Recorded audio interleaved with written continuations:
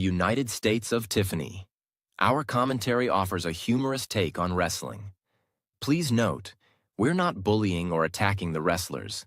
We're engaging with the choreographed sport and its storylines. Our jokes and observations are about the characters and storylines, not the real people behind them.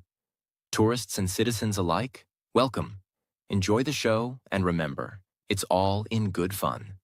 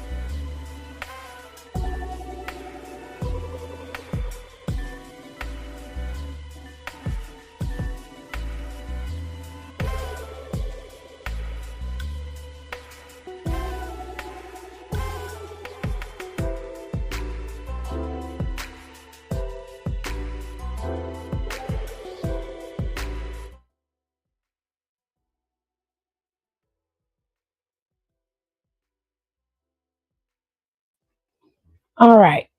I'm going to make this as short and sweet as possible because SmackDown was long.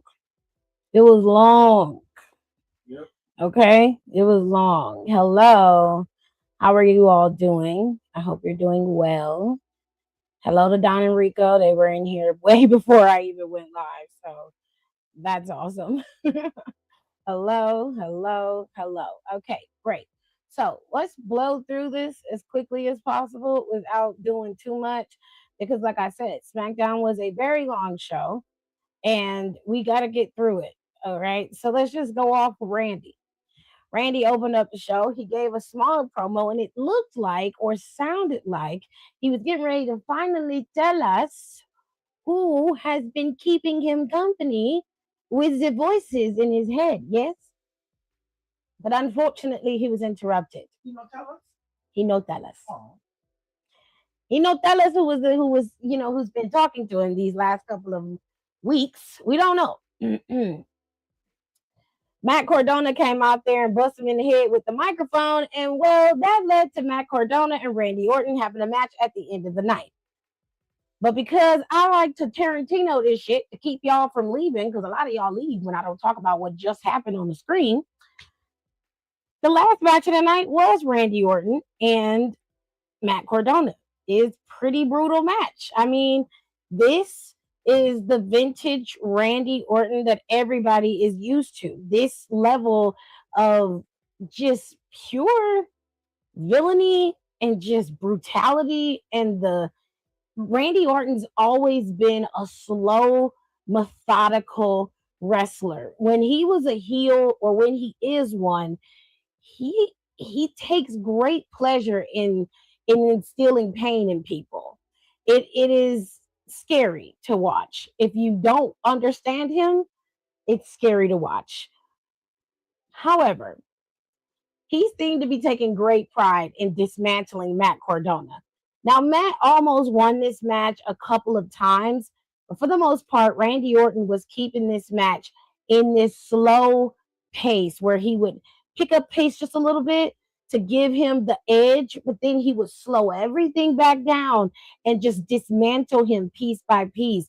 The isolations of his hand, the constant bending of his fingers and his arm, he was making sure Matt Cardona felt everything that he needed him to feel.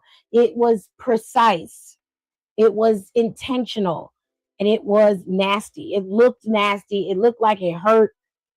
And I think that's another thing that we miss from wrestling nowadays is like we want to see that it actually hurts or appears to hurt. You know what I mean? But anywhoosies, after he beat Cardona, of course, I hope y'all can hear me. Wow, we're not gonna stay on topic here, are we? Wow. Okay. Anyways, Randall beat Matt. Match was over. And then we saw that Cody's bus pulled up. Great. You can hear me. Awesome. Cody's bus pulled up. And this was the longest fucking walk to the ring that I have ever seen. It was so long that they cut to commercial in the middle of it. Never seen no shit like that before in my life. I was like, what? Why are we watching him come to the ring? What are we doing? I don't understand. Then they only had 2 security guards back there, right? So they're trying to keep Cody from going out there, and he's just marching his way out there. You know, he's on some Peter Griffin shit. I just want to talk to him. I just want to talk to him. I just want to shoot him. I just want to talk to him. That's it. That's all he could say. Now, when he got out there to the arena, finally, Nicholas and the rest of the goddamn security were finally able to catch up to him. Okay. And they were like, hey, listen. I don't know who was driving the bus, child. I don't know. But I'm assuming he has a driver, obviously. We gonna ask the most random shit. It always be the most random, unnecessary shit. You just be like, what? Anyways, he's walking out there. He finally gets out there. Music hits. He's coming out there slow, and then everybody shows up. Nicholas is trying to keep him from going in there, and he's like, "Look, I just want to talk to him. We're just gonna vibe. I just want to talk to him." And as soon as he gets in there, them and Randy start fighting for approximately 5 to 6 minutes. You see nothing but Randall Keith Orton and Cody fucking Rhodes just fighting. Nobody said a word. They were just battling. And it was just like all you saw was thumbs to the eyes and punches to the face. Thumbs to the eyes and punches to the face. That's it. Then Jelly Roll's stupid ass came out there. He got to be everybody's moral compass when he ain't got no moral compass himself. I'm on your ass, Jelly Roll. I'm on your ass because, see, you're trying to come out here like you some nice, God-fearing, praying man when you know you're gross. You know you're disgusting, okay? So I'm going to be on your ass like white on rice. I'm going to be on your ass like that sagging skin you got, bitch. I'm going to be on your ass. But anyway, he came out there and decided he was trying to diffuse the situation, which I don't understand this. Like, now, life lesson number 25, okay? You do not get in the middle of people who fight unless you plan on getting your ass whooped or getting hit, okay? When 2 people are fighting to this degree, you need to be minding your motherfucking business. You should have kept your big little ass in the back and watched on the monitor, not in somebody else's business that didn't have nothing to do with you. Now, I don't know why you have to be the liaison between Cody and fucking Randall, since they knew each other way before your big little ass came along. But I'm gonna need for you to back the fuck up. That's what I'm gonna need for you to do. I'm gonna need you to back up, relax yourself, and concentrate on what you need to be doing. Okay? Mind everybody else's business, it's not gonna get you nowhere. Okay? But I guess you understand now because your ass took RKO for your troubles. And I ain't gonna lie, that shit was beautiful. It was wonderful. White on white crime is always a beautiful thing. Okay? It's always a wonderful thing. Listen, I thought it was hilarious. And if I could watch it again on repeat, I definitely would. It was good. It was good shit. It was good shit. Anyways, let's play round robin and get around to the rest of the stuff that happened. Because honestly, it was just them fighting until Jelly Roll got RKO'd and then Randall got out the ring. Which, great. Love that for you. Anyways, speaking of Jelly Roll, we'll get to his ass in a minute. These two came in the arena banged up like they had both been in car accidents, which technically Jacob Fatu had been in one. Now, Drew said that he was banged up. He can't hardly move his arm. His ribs hurt. He got glass. He's still pulling out his ass. And then he said if Jacob still want to go, he got time. Okay? So Jacob went out there and was like, you thought you could put me down. You thought you was going to be able to hit me with a car, pull me out the car, punch me in my face till I bled. Then you thought you was going to be able to throw me off the side of a building and I still stay down. Yeah. Can you turn it down, please? He was like, nah, I'm still standing. As long as I got breath in my body, I'm going to still dog walk your bitch ass. And that's when Drew came out there. And Drew basically said, you said I took food out of your kid's mouth. He said, no, that was my food, bitch. That was my food. But he was like, it's cool. You mad because I took food out your kid's mouth? It don't matter. Your kids don't deserve it. And I'm going to do it again. He was like, fuck your damn kids. He was like, oh, hell no. So that nigga Jacob trying to climb out the ring with busted ribs and shit. Motherfucker Nicholas said, fuck all of that. You motherfuckers will tear each other apart every time you turn around in this bitch, and we're tired. We're tired. Okay? We're sick of it. Get your shit together. Baby. He said, listen, y'all don't have to worry about not making it to WrestleMania because I got a little job for you. Yes, this is going to WrestleMania, and it's going to be you versus Drew McIntyre at WrestleMania. But since you guys cannot be governed by a regular match and you two don't care about your well-being, WWE does not want to be liable, and I don't want to be liable for what you do to each other. So the match between you two is unsanctioned. And I said, oh, the least you could have done is put them in the Hell in a Cell. Technically, that's unsanctioned. Right? Right? Wonderful thing. Right. Well, it is what it is. Now, see, you didn't have to say that hateful shit, Aaliyah. That was petty. That was hateful and petty. You didn't even have to say that. Jelly Roll beat Kit Wilson. Now, this match, okay. This was actually the first match of the night. Charlexa went up against the Bella Twins. I'm sorry, but it wasn't a good match. It was terrible. The Bella Twins don't sell well. I don't know what it is about them and them coming back, but it doesn't look great. The match was wonky as hell, and it was their fault. I'm sorry. Y'all know I don't like them hoes, but if I'm being 1,000% honest, it was their fault why the match looked wonky. The match looked weird. They were not selling right. They weren't hitting their points properly.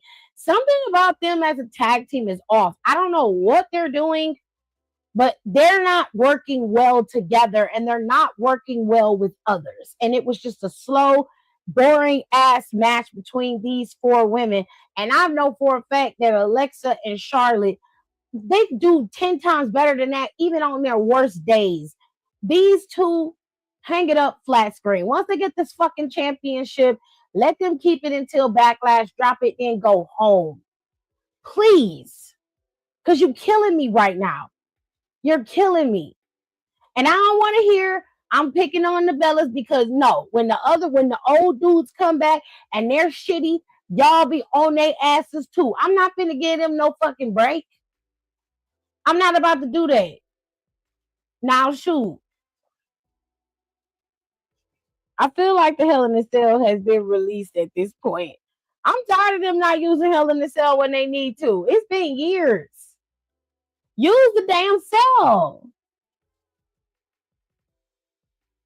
That was the kind of feud that need the damn cell. You just don't not use it, weirdos. Anyways, these two, I'm tired. I'm tired. I really am. Like, the only time Nikki Bella looked good in the ring was when she was facing off against Stephanie. That was it. Because she didn't do bad in that match, and that match wasn't bad. But these matches she's had lately with her sister,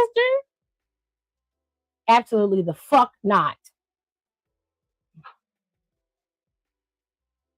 Not the red paint. Anyways, this match, the Bellas ended up winning the match against Alexa and Charlotte because Lash and Nia involved themselves in the match. They cost Alexa and Charlotte the match and then got in the match and beat up everybody. I don't understand the logic of it, right? Like, I'm not saying that they shouldn't be the bullies that they want to be, but I'm saying if you're going to bully, then bully right, bitch. Why are you incessantly attacking Charlotte and Alexa Bliss? Why are you doing that?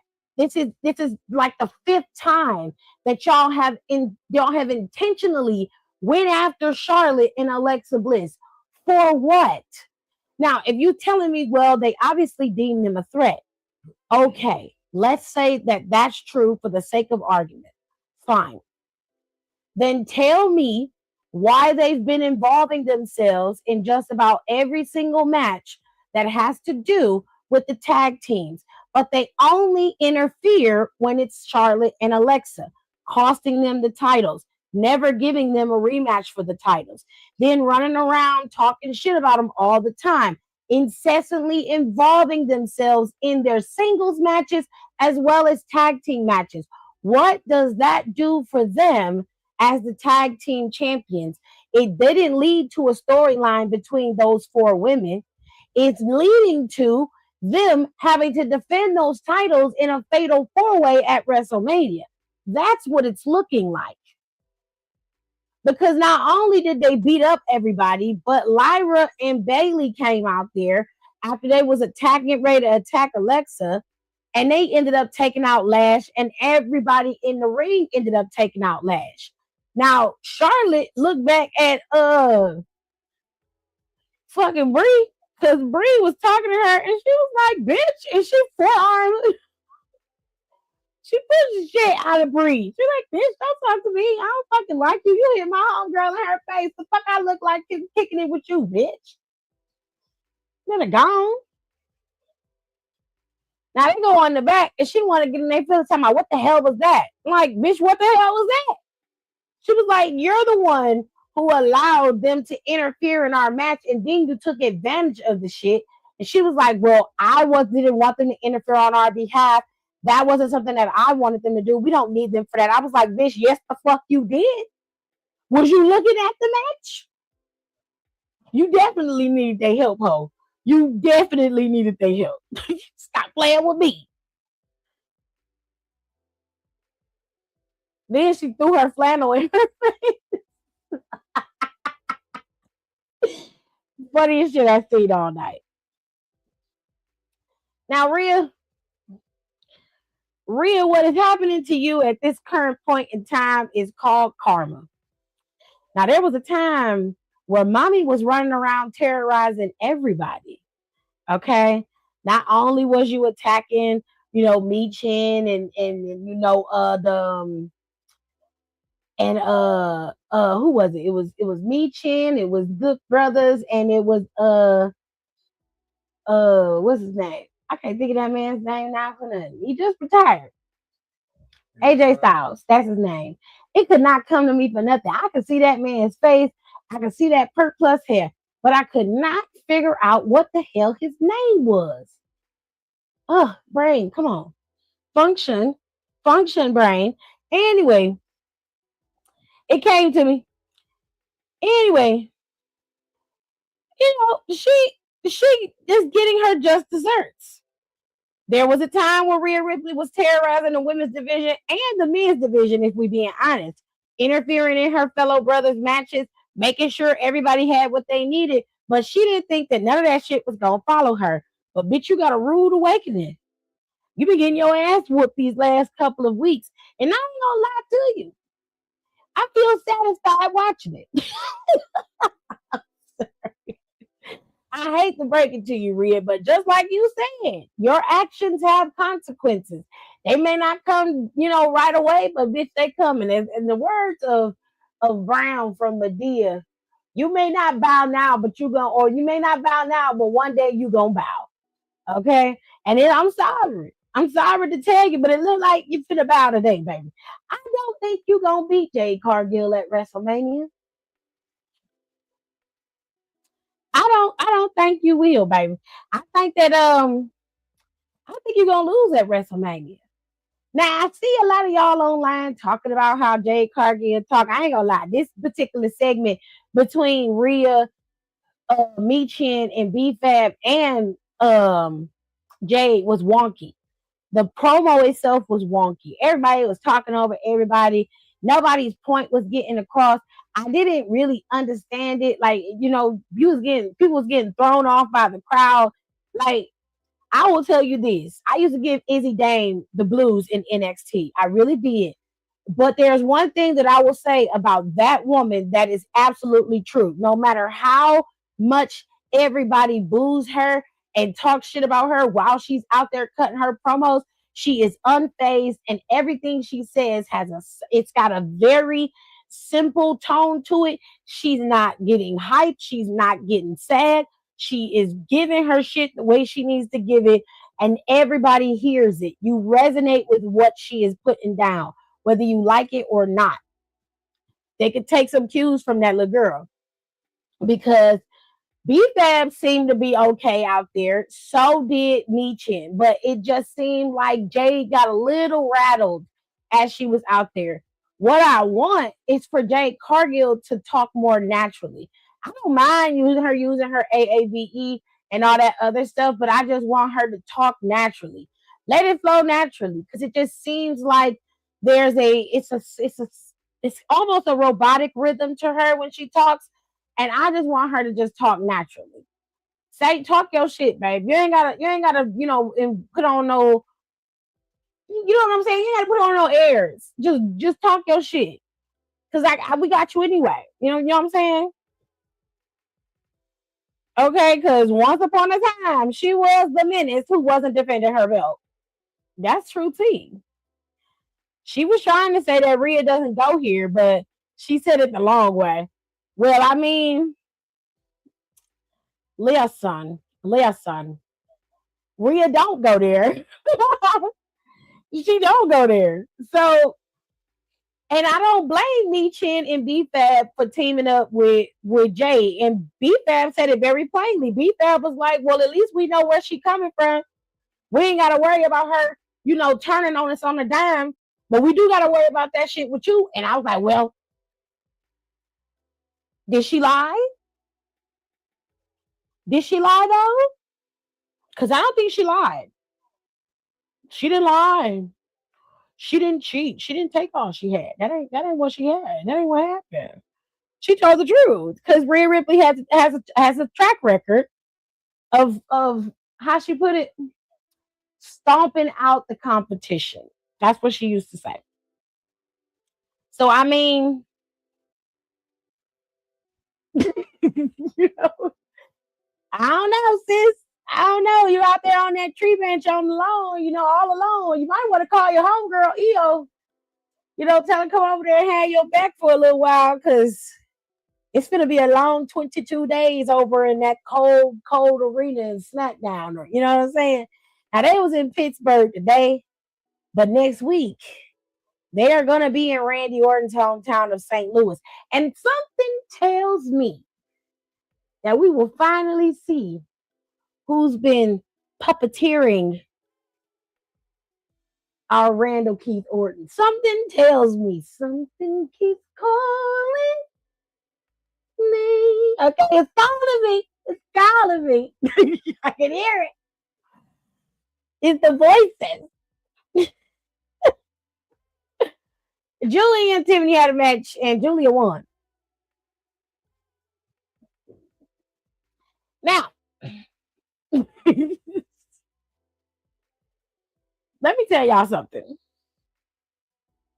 I never thought in a million years that I'd be sitting here telling y'all this. But if you miss SmackDown, you miss something that none of us would ever have guessed in any capacity. Okay? Carmelo Hayes' open challenge is still going on. Okay. And so he went to Tama Tonga and was like, so Tama, what's up?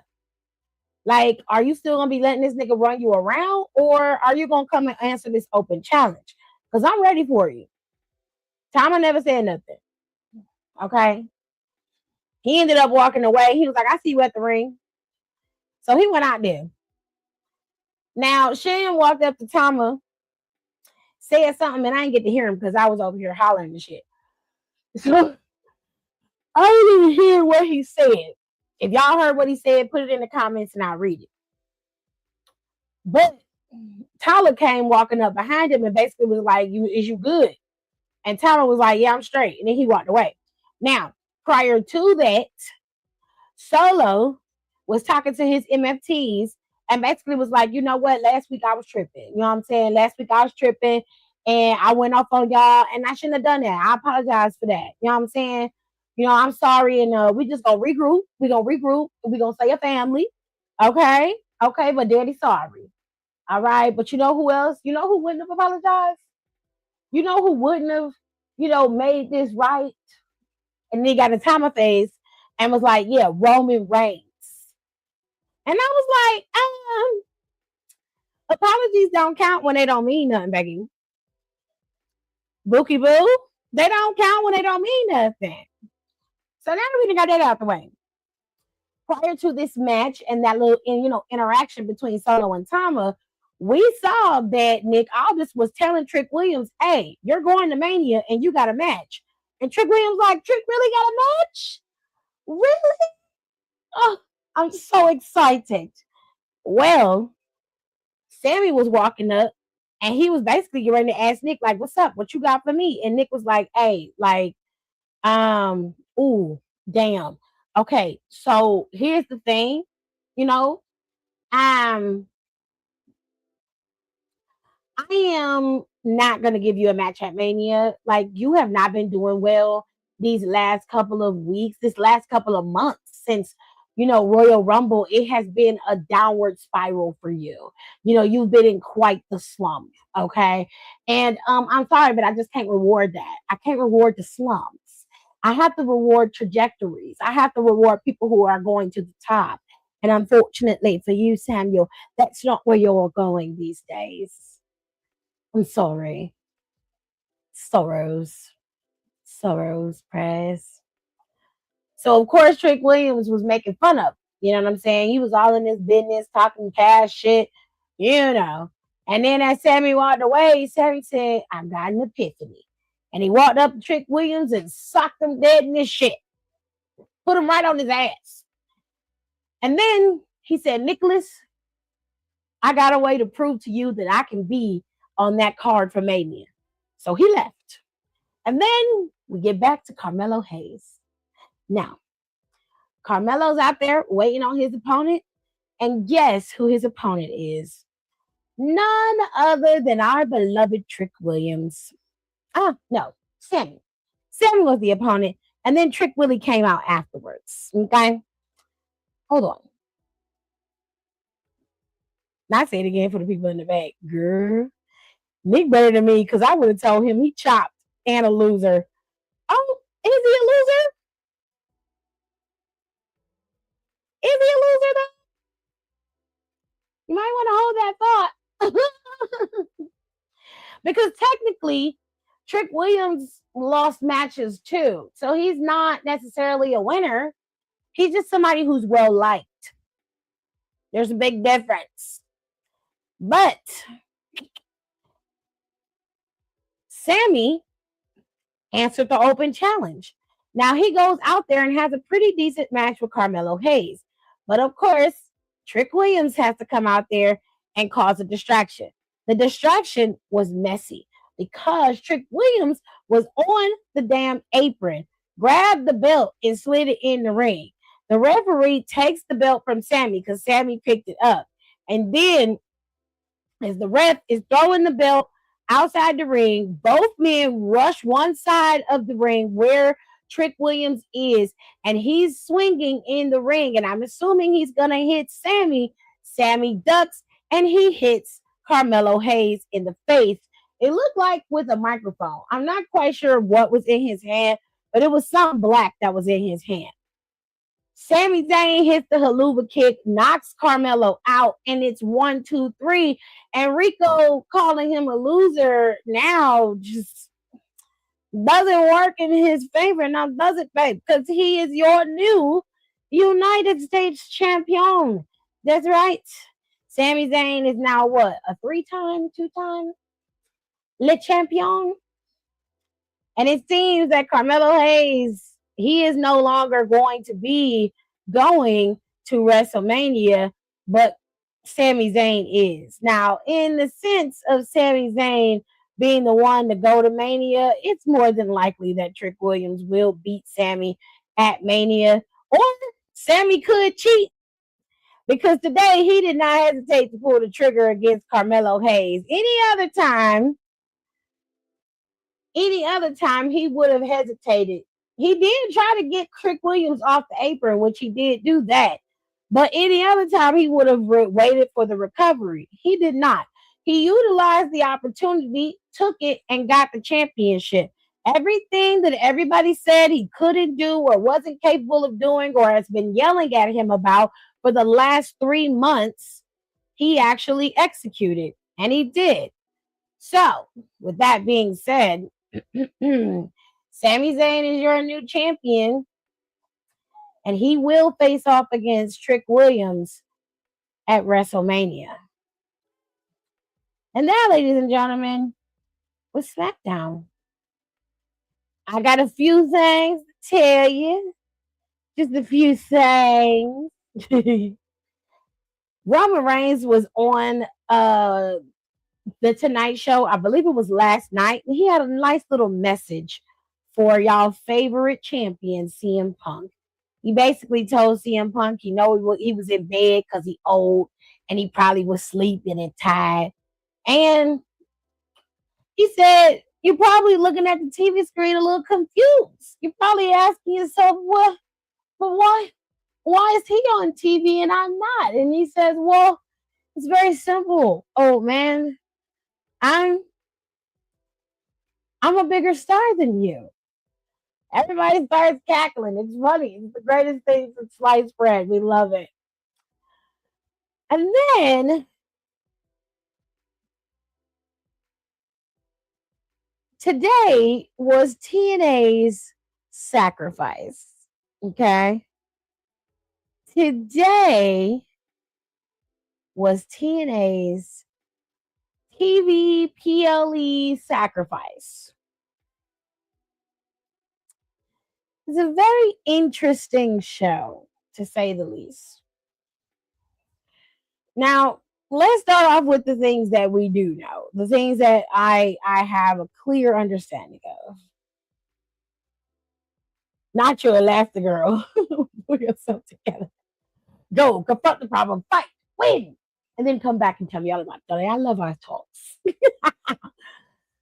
Anyways, like I said, TNA had a TV PLE today, and it was called Sacrifice. And there were a few matches on the card, and there are obviously some there was some you know, we saw it. So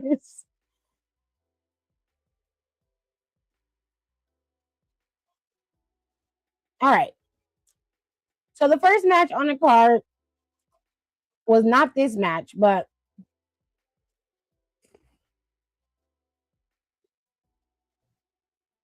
we just gonna go through it as quickly as possible. Okay.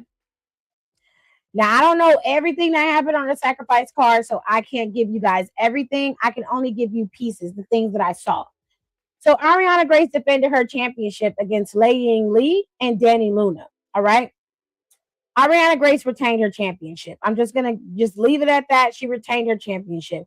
They attacked somebody backstage, so they're on the injured list. I can't remember who it was that they attacked. But they attacked somebody backstage, and Ariana Grace was aiding and abetting in the attack. She had on her like slingback Blanche Devereaux heels, which I thought was wild that you was kicking somebody with heels on. Anyways, Ariana Grace retained her championship. Moose and Eddie were having their fight, and this is all because the system changed. Once the system lost JD and he retired, everybody started being very weird. And the situation, I guess they got pissed at Moose for like going after titles in WWE and having matches over there. They didn't like that, and they decided to rebrand the system and kick out the people who they thought were bringing the system down. Those being Moose specifically, and Brian Myers and Eddie Edwards decided to bring in Cedric Alexander as their third, and they were going to keep Eddie Edwards' wife, but Alicia decided that she didn't want anything to do with the new system or Eddie Edwards. She was angry and pissed, or at least that's the way she presented it. Now, Moose won and beat Eddie Edwards by disqualification, but I'm not quite sure how that happened. I don't know. I don't know the logistics of it.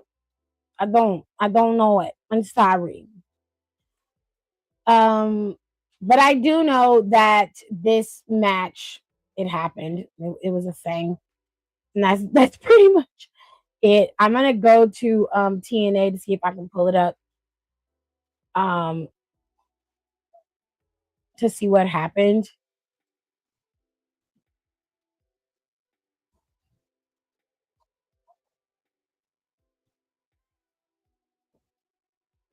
Yeah. I'm gonna pull it up.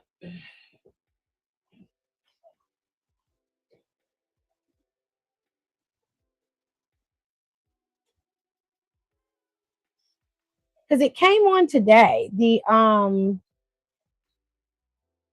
sacrifice came on today, and uh the TNA website is just weird.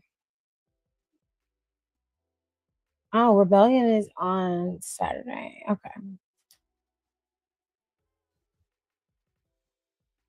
Um, did they put the results up here or not? No, they didn't. Okay, so he won by DQ. I'm not quite sure how he did that, but that's what happened. Um, let me see if I can pull it up because I didn't get to see it. So I don't want to tell you guys something and then I don't have the full details. It's rude. You know what I mean? Oh, okay. So it looks like they banned the system from ringside. Eddie Edwards, they were fighting, and the match, he had a kendo stick, and because he used the kendo stick, there was an interference from Order 4. So that's how he was able to win by disqualification. Um, so I'm going to tell you how they got to that point. What happened was Order 4 and the new system got together last Thursday and they had a conference. And basically, it looks like they've gotten themselves into an alliance with each other. They will have each other's backs, I guess, for the foreseeable future until one or all get a point to be at the top. And then that's when they'll battle it out for the control of TNA. So that's pretty much what happened. They just utilized each other to maintain the shit.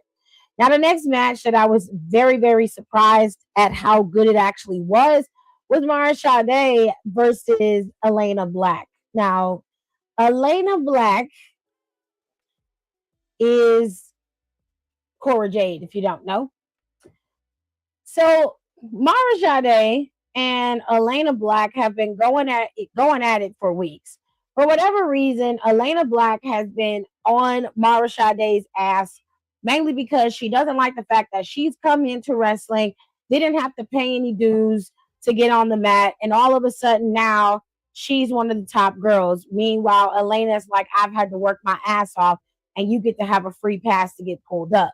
And Mara's like, I'm not taking nobody's spot. Nothing that I've gotten did I not get through hard work. And if you got a problem, we can do something about it. So the two girls have been battling it out for weeks, and this match was set for Sacrifice in Louisiana. And so they were having a no disqualification match. And when I tell you that these two were battling it out, I mean they were battling it out. Mara Sade ran up the steel steps and drop kicked the shit out of Elena Black off of the steel steps. I don't know what she's been doing with Jeff Hardy and Matt Hardy, but they did a banger of a job at training her, if that's what this was, because she has been absolutely excellent ever since she left NXT. Ever since she left, she has elevated herself tremendously through TNA. I don't know who if she was working with Tommy Dreamer's weird ass or if it was just her being with the Hardys and training with the Hardys, but they need to open up a school and just train people and stop wrestling. Because that girl, she was not bad, but she did need some work. And her doing her due diligence in TNA, I would love for her to go back under Sean's tutelage in NXT and take over. She would be insanely amazing. Okay. Now, let me also give you guys a little tea on Mara. Okay. So these last couple of weeks, Mara Sade has been, she's been having a little problem. Okay.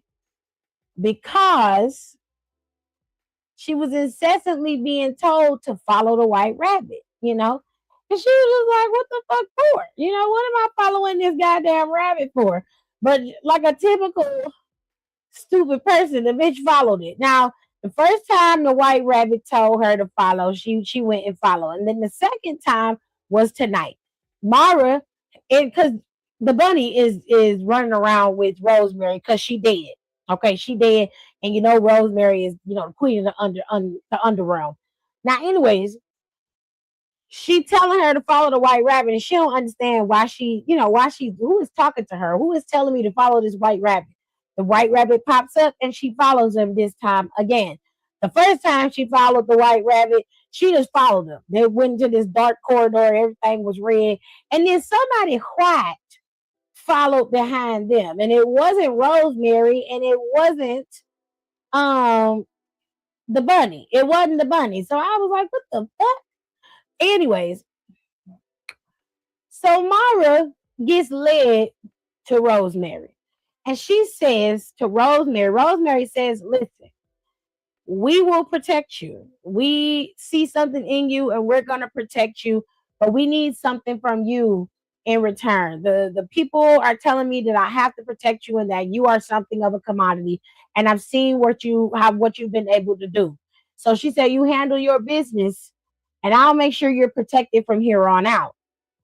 Now, Mara said, okay, I ain't never scared of none of y'all, so it's cool. She was like, look, I'll go handle Elena Black, and then you and we can have a little conversation. So I don't know exactly what's going on with Rosemary and Mara or where it's going to lead, but it's very interesting. But here's the thing. Rosemary has been trying to collect everything from wrath, which she did end up getting from her brother, um, Crazy Steve. She ended up going, but she she ended up going and getting wrath from Crazy Steve with a promise that she would pull him from the darkness that he's been in. She also had to make a deal to get pride and everything else. So it just seems like she's collecting all of the sins.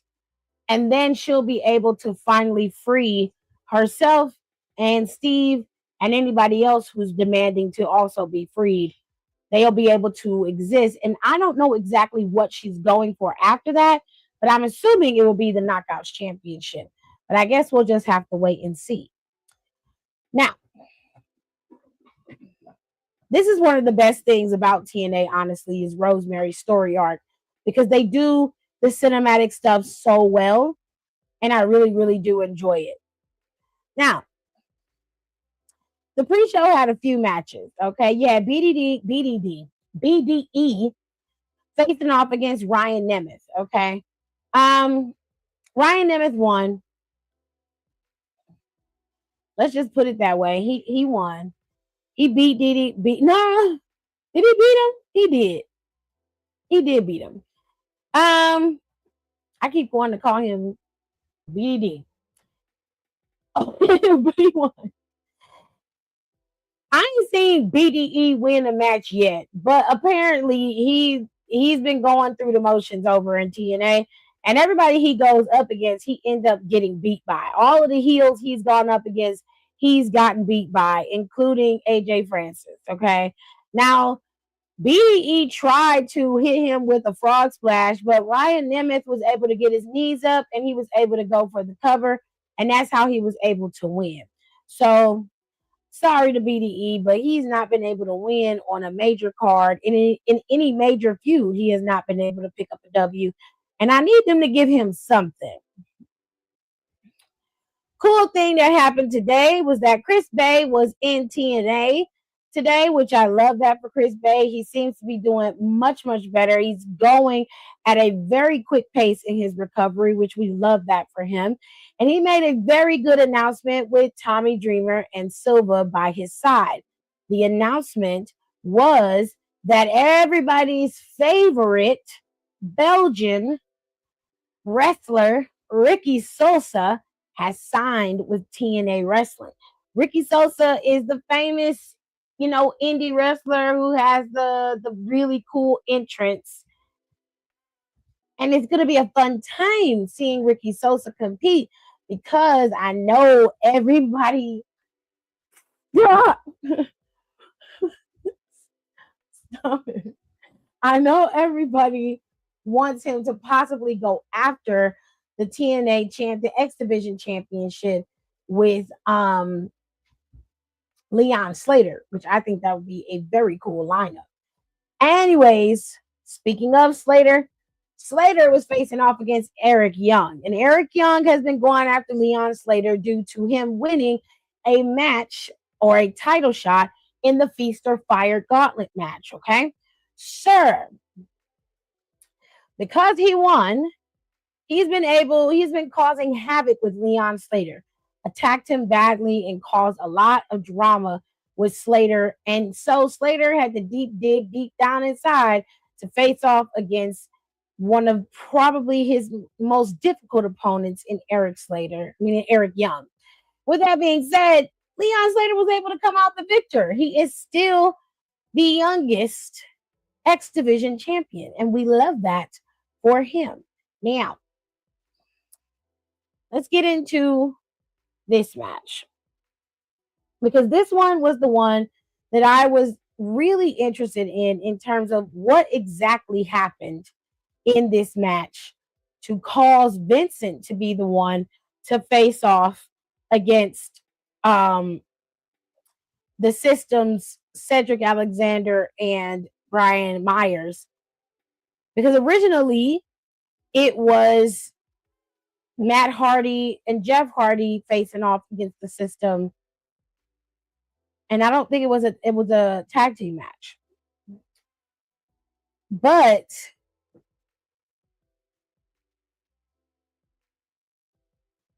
if you don't know who Vincent is one of the members of the Righteous, and the Righteous were the ones who came to Jeff and Matt Hardy's aid.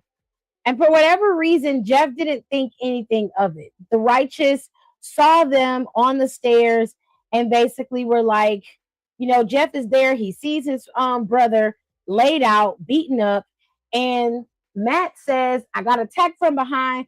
I don't know who did it, but they hit me from behind." Now the Righteous are on the top of the stairs coming down, and they're giving the performance of the lifetime. It's, "Oh well, we're going to be there for you. We're going to help you out. We're going to get this person who did this because we know it was Cedric Alexander and Brian Myers. They did this to you." When in all actuality, it was the Righteous themselves who attacked Matt Hardy. And while Vincent was out there with Jeff, you see the other member of the Righteous, Dutch, beating up on Matt Hardy. They've been played. It's a ruse. Brian Myers was able to connect with a rooster cut, and then Alexander crushed Jeff Hardy with a lumbar check, and they were able to get the pinfall over Vincent and Jeff Hardy. It's about to be a very, very long, long 2 weeks until they head to Rebellion here in Cleveland, Ohio. With that being said, there were a few more matches, and we're just going to blaze through them. Brian, you've got AJ Francis and Frankie Kazarian facing off against the Hometown Man and Elijah. Okay. In this match, let me see. I'm going to try to make it as quick as possible, but I got to get back to it. Frankie Kazarian and AJ Francis beat Elijah and the Hometown Man. I'm not going to go through that because I don't know nothing about it. I'm just going to be honest with you. Wait, so they delivered him back from abduction? Who got abducted?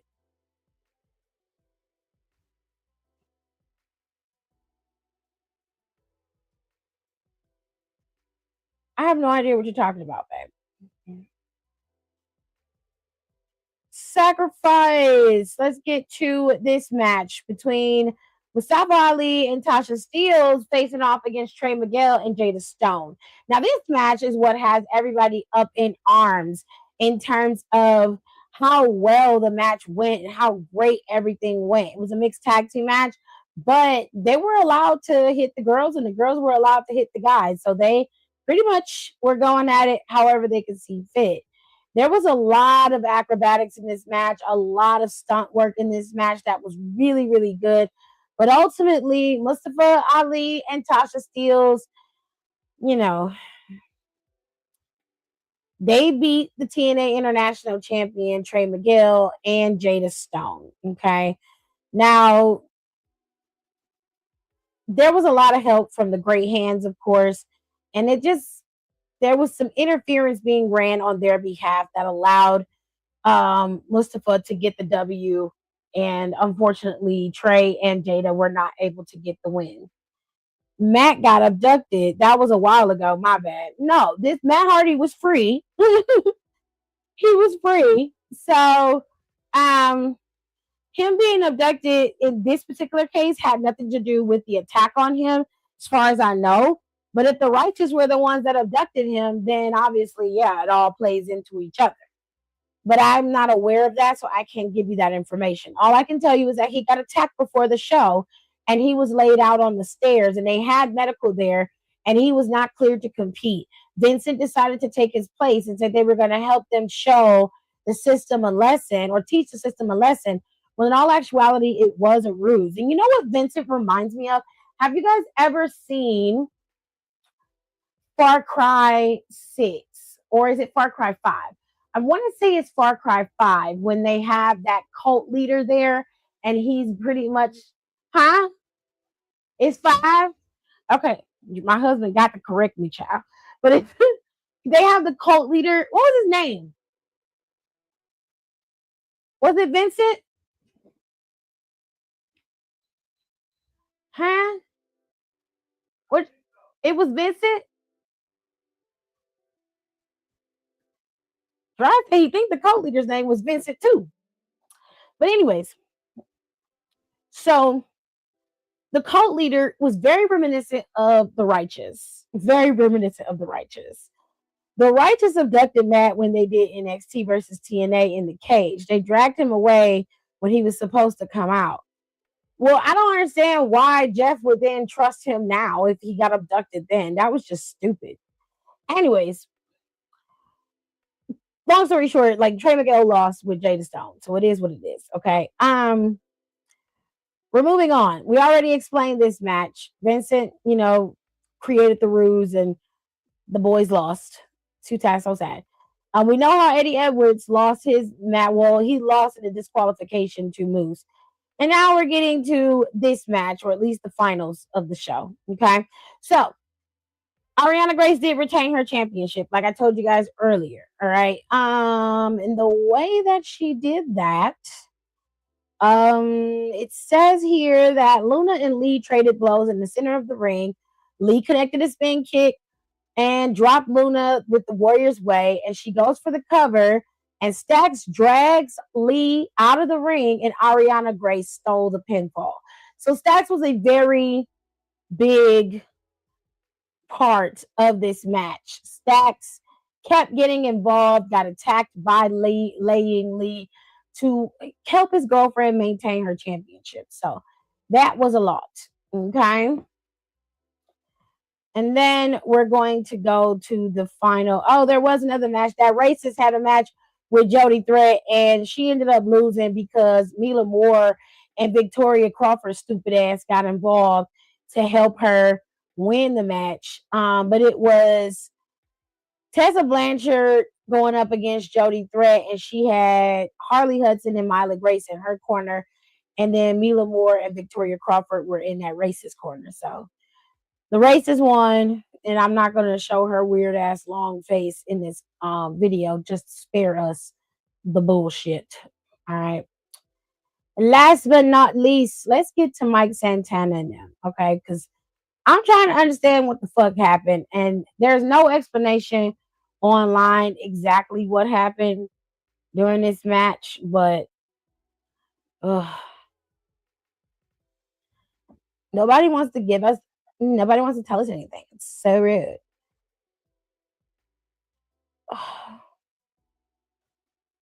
There's no explanation of this match. And they got all the other matches up here, but not that one. The match with Mike Santana, and like, why is that not up here? I don't understand.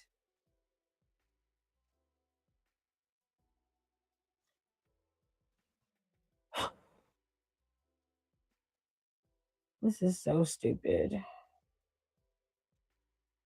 They make life very, very fucking difficult.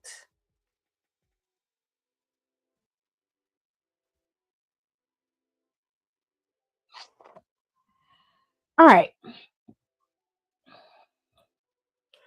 To explain it the way that I've been getting it was like this.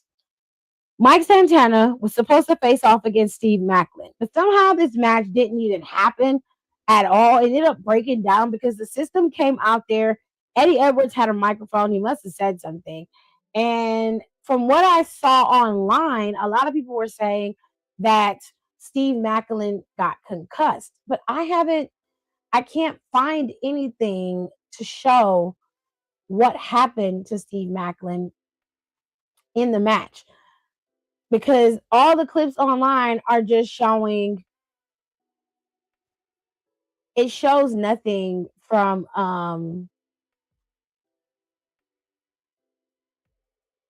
Santana other than him putting Eddie Edwards through a table. Like, that's pretty much it. The only other thing that happened today was that Mickie James was there, Tammy Terrell was there, Taryn Terrell was there, sorry, and ODB was there, and they're gonna be going up against, it looks like, um the Elegance brand. So you're gonna have the OG TNA girls going up against the new TNA. So sure, whatever makes you happy. And Sacrifice was sold out, y'all. Sold out. Craziness. Anyways, the match broke down between Santana and Steve Macklin, and I just cannot find any, not even on TNA's website, can they tell me exactly what happened to cause the breakdown of the match and how Santana, the match ended in a no contest. Nobody, they're not explaining exactly what happened because they never really got to have a match. So the way they ended this was very weird to me, and I really didn't like that. I'm not a fan of that. But to show y'all a little something, something, razzle dazzle, Rebellion is the next pay per view, and it is going to be in my hometown of Cleveland, Ohio. And it's going to be at the Wolstein Center. And the Wolstein Center is the college center for Cleveland State. It's downtown, so that's where they also have other events like these. And this is what you're going to see at Rebellion on Saturday, April 11th, which is a little less than a month from now. The Hardys will be teaming up and facing off against the Systems, Eddie Edwards and Brian Myers, I assume, and they will be going after the TNA World Tag Team Championships. Now, the System has had the Tag Team Championships before, but it seems that they're now going after them again. And with the Righteous on the Hardys' heels, I have a suspicion that they more than likely will retain those titles, and then they will have the Righteous and Brother Nero and Broken Matt facing off against each other at the Hardy compound, which I think is going to be a good time. Either way, even if they lose the titles, either way, those boys will be battling it out at the Hardy compound somewhere. Frankie Kazarian is set to take on Elijah at Rebellion. They have some type of feud between the two of them, so that's going to be interesting. Leon Slater is going after Cedric Alexander. After this battle he's had with Eric Young, Leon Slater's never going to be the same. So Cedric Alexander's got a true fight ahead of him, but Leon Slater does too. Cedric has never been a slouch in that ring, so he better bring everything he has to face off against Cedric Alexander.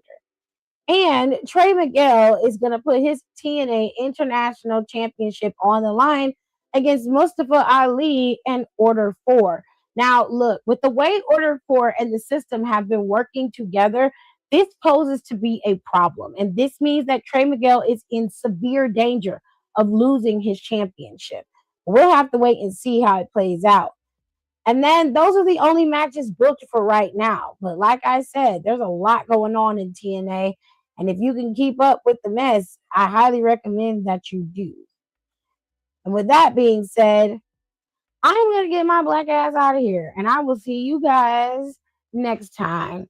Very soon, you guys are going to be getting a new reading and chill from me. I probably will not be able to go live for that this weekend, but I promise you the new reading and chill will be up.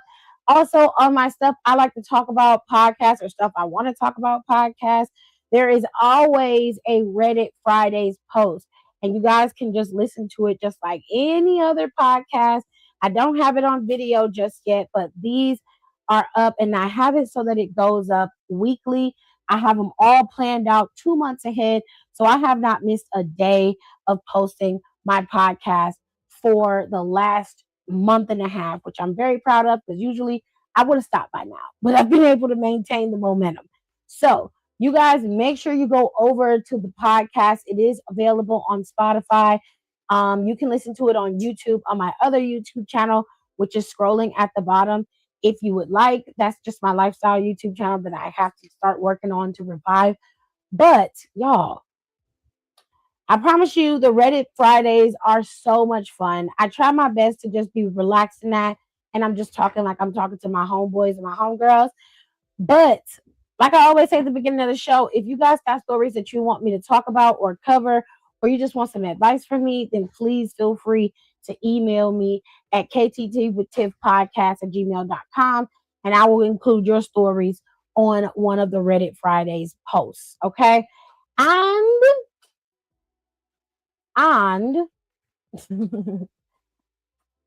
like I have said before, I'm still doing reading and chill. It is still going to be coming. I promise you that is coming. I'm going to have a couple videos going up for reading and chill. We're going to finish reading out Black as Fuck History because I just read a story in there and it was just so intense and so out of the shot box batshit bonkers.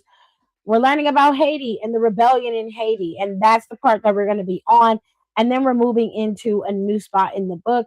So we're going to be heading into chapter 5, which I hope you guys will enjoy as much as I did. So I'll get that video up sometime next week, and I will have 2 reading and chill videos up for you next week, which means we'll cover chapter 5, finish chapter 4, and then we'll be working on chapter 6. And then we're going to start reading a new book. And I'm going to decide if I think I want to read a fiction book or if we want to read something still, a little bit more realistic. But either way, you guys are going to get some new reading and chill stuff. Okay. So keep your asses locked on the channel. And don't worry, some more Wrestle Eat Shorts is coming. I just want to make sure I get the stuff up for you guys and I can edit it properly. Okay. And I'll make sure to include the recipes as well, because y'all get mad when I don't include the recipes. But I got you. Don't forget to rate, comment, and subscribe. And I will see you guys on Monday after Monday Night Raw. Love ya. Bye. Thanks for tuning in. Don't forget to rate, comment, and subscribe for more wrestling content. Check out our merch and consider becoming a member for exclusive perks, special emojis, and members-only content.